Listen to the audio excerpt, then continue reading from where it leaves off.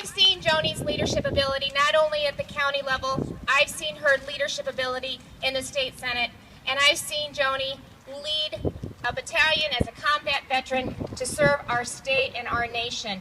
And this is the kind of leader, a proven leader, a problem solver that understands Iowa values, that will go to Washington, D.C. and represent each and every one of you. And we need to make sure that we make that happen.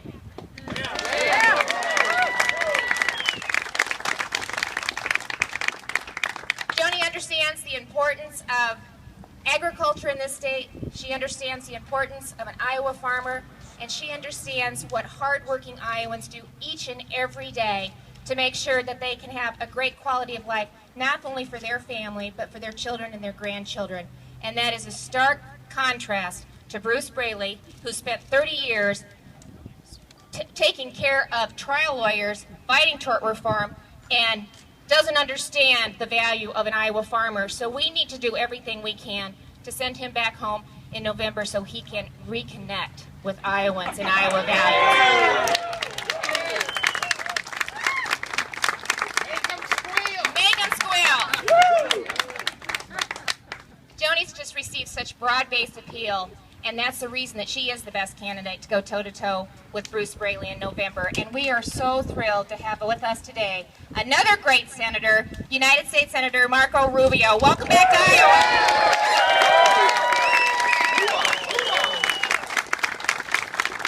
We are thrilled to have him here, and he's seen the same qualifications that each and every one of you have seen in Senator Ernst. And we are thrilled to have him here and on her team. And so please join me in giving him a big Iowa welcome, Senator Mark Rubio. I am honored to be here with all of you. Thank you. I'm honored to be here with you. And I'll just take a couple moments to share with you a couple of things. First of all, Joni, we can't wait to have you in the U.S. Senate. Although I got to tell you how you're going to feel when you get there. When I first got there, I remember looking around the room and looking at people. I said, "Oh my goodness, look at that so-and-so. He ran for president." Or that's so-and-so, and you know, I've been watching him on TV for all these years. I asked myself, what am I doing here? Well, a few months passed by, I served with those folks, and same room, same group. I looked around the room and I said, what are they doing here? How did they get here? So, look, I'm honored to be with you here today. And actually, when you talk about an Iowa farmer, it reminds me of a farmer that lived in my own family. It was my grandfather. Had a huge influence on my life. He was born in rural Cuba to a farming family. When he was 6 years old, he had polio. He lost the use of one of his legs. So the only chance he was ever going to have to get ahead in life was if he got an education. And he was one of 12 kids. His family sent him away to school. The only one that learned how to read and write, and he learned how to operate a telegraph. As a telegraph operator, actually he ended up getting a job one day at the railroad company. But years went by, and he obviously immigrated to the United States, lived with us for the first 13 years of my life. I used to sit on the porch of our home as he smoked one of his 3 daily cigars. He used to sit in this little folding aluminum chair, and I was a very curious young man. I loved to talk about history and politics, and he would share all those thoughts with me. Well, he was a huge influence on my life. As I look back at the things he taught me, the facts and figures about history were great. But the one thing he instilled in me is that because I was a citizen of this special and exceptional country, there was nothing that I couldn't accomplish. That I lived in the one place in human history where the son of a bartender and a maid, which is what I was, had the same chances as the son of a millionaire or a president. And I'll never forget, my grandfather passed away in August, just after I had turned 13. I was there that day when he was in the hospital. I remember as he was slipping away into a coma, he had cancer and it had advanced. I remember holding his hand and gripping it and saying to him that I was going to make sure that the opportunities I had didn't go to waste. And I remember him squeezing my hand as I said that, as to recognize that he heard what I said and that it mattered. And it mattered because he desperately wanted me to have all the opportunities that he himself never had. I share that with you because while that story is deeply personal to me, that's our story as a country and as a people. Sometimes when you live here your whole life like I have, it's easy to take for granted how exceptional and unique America truly is. Most of the people who have ever lived have not lived like we have. Most of the people who have ever lived in all of human history have been stuck doing whatever their parents did before them. If your parents were poor and disadvantaged, that's what you would be as well. But we have been different, because in this nation, people have overcome extraordinary things. We have told people the fundamental of the American dream is that here it doesn't matter where you start out. If you work hard and you persevere, you can get ahead. I share that with you because today, for millions of Americans, that promise is slipping away. And the irony is that the man who today is in the White House and his party claim to support the people who are trying to get ahead, and in fact, they've made life worse for them. Things have gotten worse, not better, for the people who are trying to make it. We desperately have to change that. If we lose the American dream, we lose what makes us special and different. And in order to reclaim it and spread it to reach more people than ever before, we have to start by changing the leadership in the United States Senate. And as much as anything else, that's what Joni Ernst is going to give us a chance to do. Now, she's an exceptional candidate. She has an extraordinary amount of credibility on national security issues. And we're going to need that, because the foreign policy of this president is a disaster.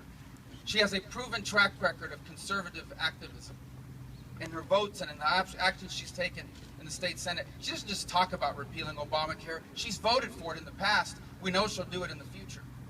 But the thing that I really want you to focus on in this election is come November of this year, the whole country may be up late watching the returns from Iowa.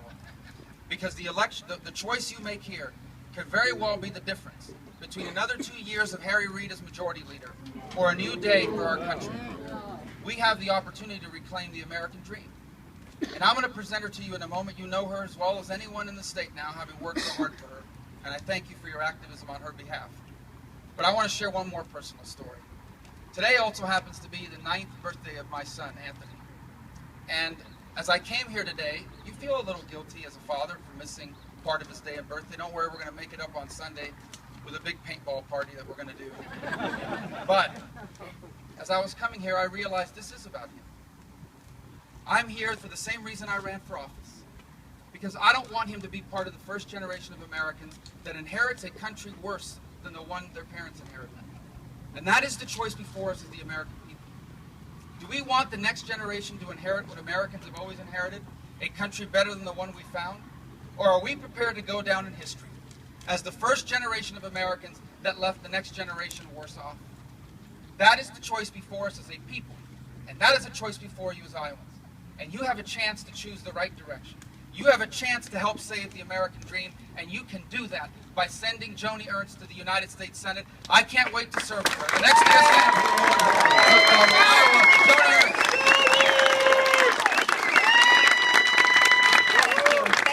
Thank you, Senator Rubio, and thank you, Lieutenant Governor Kim Reynolds, and especially thanks to all of you that have come out tonight. I am greatly appreciative on the eve of this primary election date.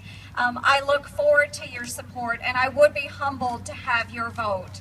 I have spent the last year introducing myself to the people of Iowa, and Senator, I am extremely moved by your words. I think that we share some of the similar thoughts about the future of our children and our grandchildren. And I have said many times over that even though I grew up with humble beginnings on a small Iowa farm, my parents had taught me that if I worked hard, I could achieve great things. And I've known that my whole life, that if I worked hard, I could do whatever I wanted to do. I knew that.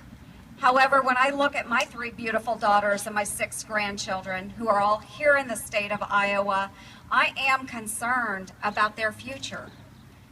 Because even though I thought that I had great opportunities in my lifetime, I also see it slipping away. And I don't see that they have the same great opportunities that I did. And so what I want to do as your next United States Senator is change the direction, working with great people such as Senator Rubio in the United States Senate, gaining control of the United States Senate, and moving us in the right direction.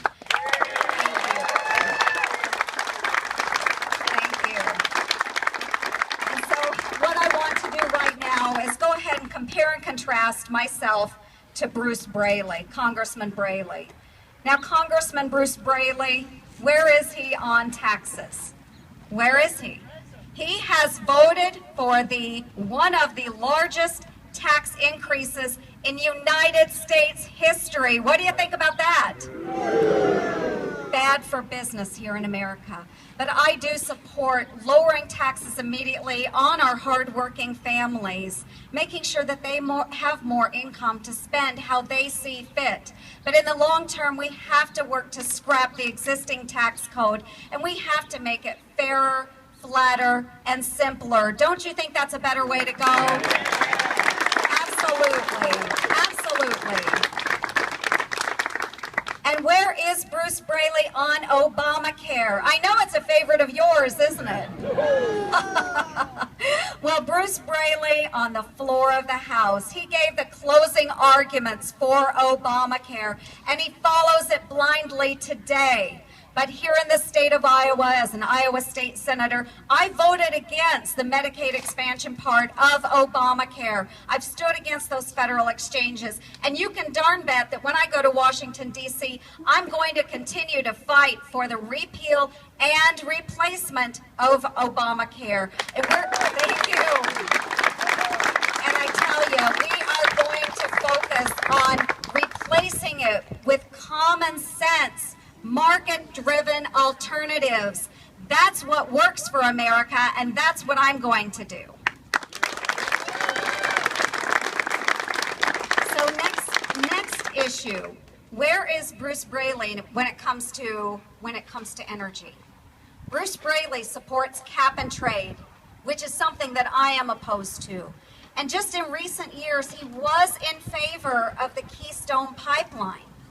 But he's since changed his thought process on the Keystone Pipeline. Now he's opposed. He sold out to California liberal environmentalists that said this was bad for America.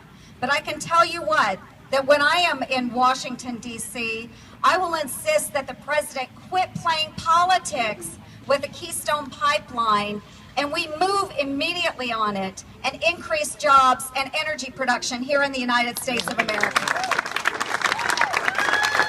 Thank you. And lastly, let's talk about bureaucracy. Bruce Braley is for bigger government, government that's expensive, government that's big, government that's involved in our lives. I'm for smaller government and less bureaucracy.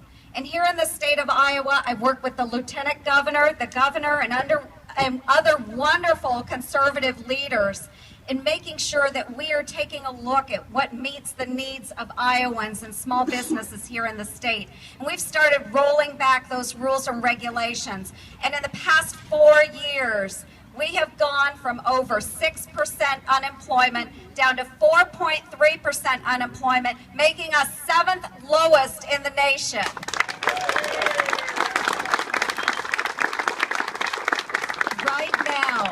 Right now, the state of Iowa has more people employed than at any other point in Iowa's history because we have made Iowa business friendly.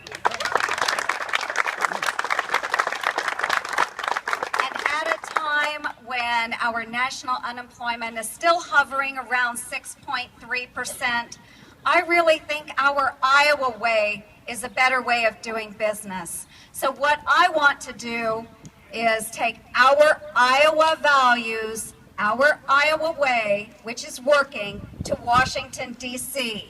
Let's stop Bruce Braley's way, the Washington way, because it is not working. Not at all. Not at all. And so today, again, I am thanking you for being here. I appreciate the support so very much, and I'm asking for your vote tomorrow. For those that haven't been out yet to absentee, please stop in at your polling place tomorrow, and I would appreciate your vote for United States Senator. So again, thank you so much. Senator Rubio, thank you for being here with me today. Your endorsement means so much to me. Yes, thank you, please.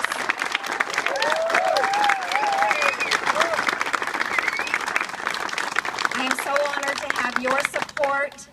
Lieutenant Governor, I'm honored to have your support in this endeavor.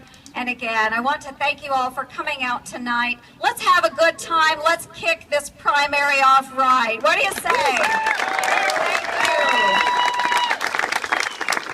Thank you so much. I look forward to visiting with all